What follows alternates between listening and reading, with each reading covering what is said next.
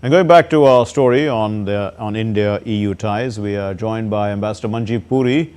He's the former ambassador of India to the European Union. Thank you very much, Ambassador Puri. Now, how easy will it be, to conclude these negotiations on a free trade agreement by the end of the year? Mark, absolutely the most important question. We've been at it for years on end, and we haven't moved forward. Look, my understanding is that frankly speaking, both sides need to show a degree of political will and a willingness to do a certain amount of compromise. Now let's look at the situation today. For the first time, all the 27 EU commissioners went to another country, a country outside the EU bloc. They came to India, a signal very clear to the world that India matters. We are a country of interest and an economy of interest. We should also recognize they are our largest trading partner in goods, the second largest economy in the world after the United States, and a massive technological financial powerhouse with which we have had old and abiding relations. Now, for bureaucracies and for all sides to have win with a capital W on all sides is a difficult task in these circumstances. But believe me, it is my considered belief, and for years we've had this belief, a trade agreement which truly benefits, pushes trade forward between the two, would lead to benefits on both sides. For the Europeans, a large and growing economy where they would have market access, a much better market access. And for India, a partnership with one of its oldest and most reliable, and let me say the partner with which we have the greatest degree of comfort. We need to push this forward. Yes. I sincerely hope that we will do it. And Mark, allow me to say just one other thing. Yes. I want to remind you of, what is going on today. People are saying that the Europeans are turning to us because, things are hotting up across the Atlantic. They're traditional allies and so on. And that's true.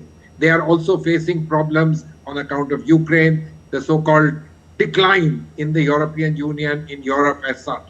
Great, wonderful. I'm not saying anything. But I think let's understand, Europe remains a very massive economy.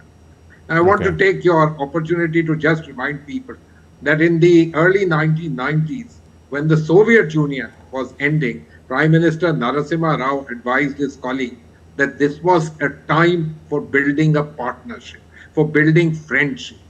And of course, the EU is nowhere near the situation of the USSR when it was collapsing. The EU is the second largest economy, a massive player. But this is a time for us to make also the efforts to build friendship, as should they.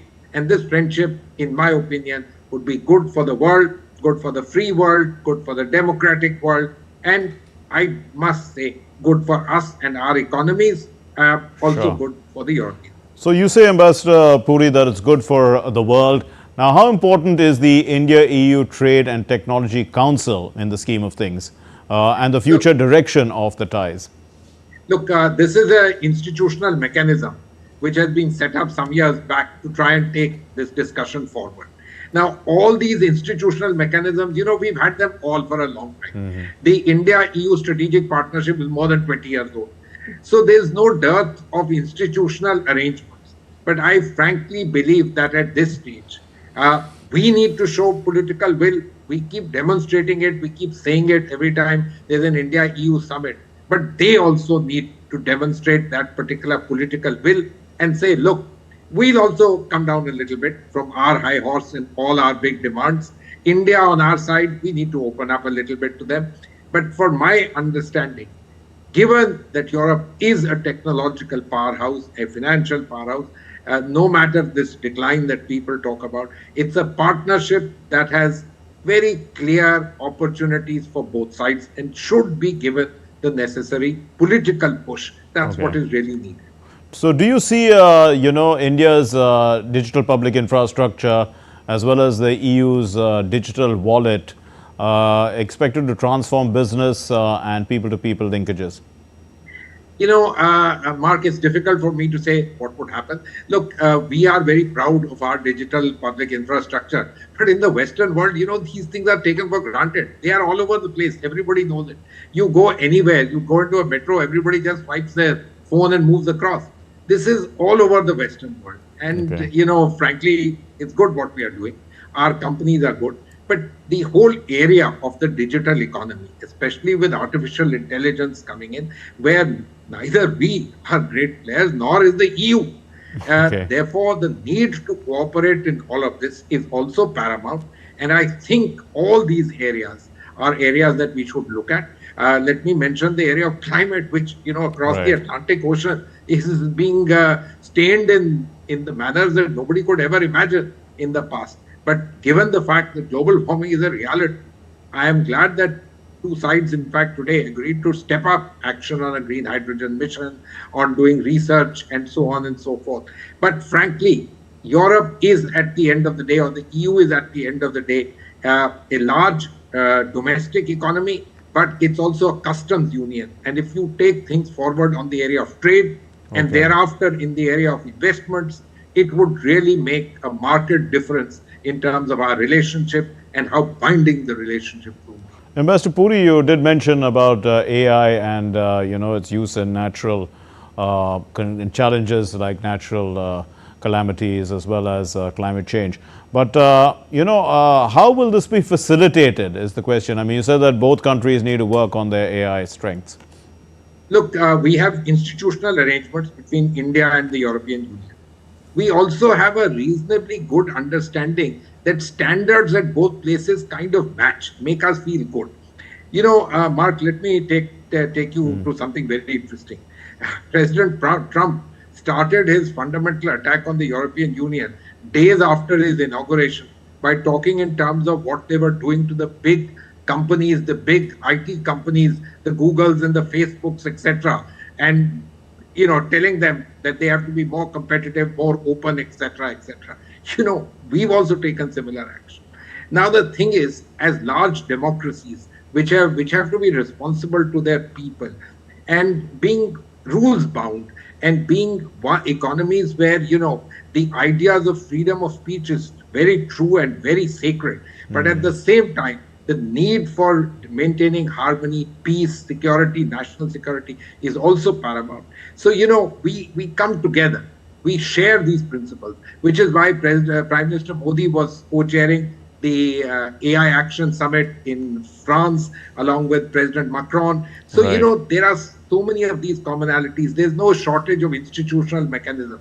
We, in my opinion, really need to do what is called push and shove and make all of these happen. After that, the institutional arrangements will play out themselves and take things forward, something which I believe would be in the huge interest of India and also in a great interest for the European Union. Finally, Ambassador Puri, it was a big delegation. You did say that, it's a college, in fact, of commissioners. There were meetings at the leader level, there at the minister level. How does this actually reaffirm the importance of this India-EU strategic partnership, which is now 21 years old? Mark, more than anything else, it tells the world very clearly and tells European countries and others and tells us that we are a country of significance. We are an economy of significance. So the world's second largest economy thinks that it is worth it because maybe they are having challenges with their old ally across the Atlantic. That could be the case. Or they are having challenges with their other best friend, the Chinese. But they think that we are the country to reach out to and reach out in this measure, which is generally unprecedented in terms of protocol. India-EU summits are about our Prime Minister, the President of the European Commission, and the President of the European Council. Today, we had all the European commissioners. They're all like ministers. So think about this. A Prime Minister travels with his entire cabinet yes. and goes to another country. What a strong signal it gives. And this is a signal that needs to be truly leveraged. We'd have to leave it there. Thank you very much, Ambassador Puri, for putting things into perspective for us. And I'm sure our viewers have gained as much as I have from your insights. Thanks very much.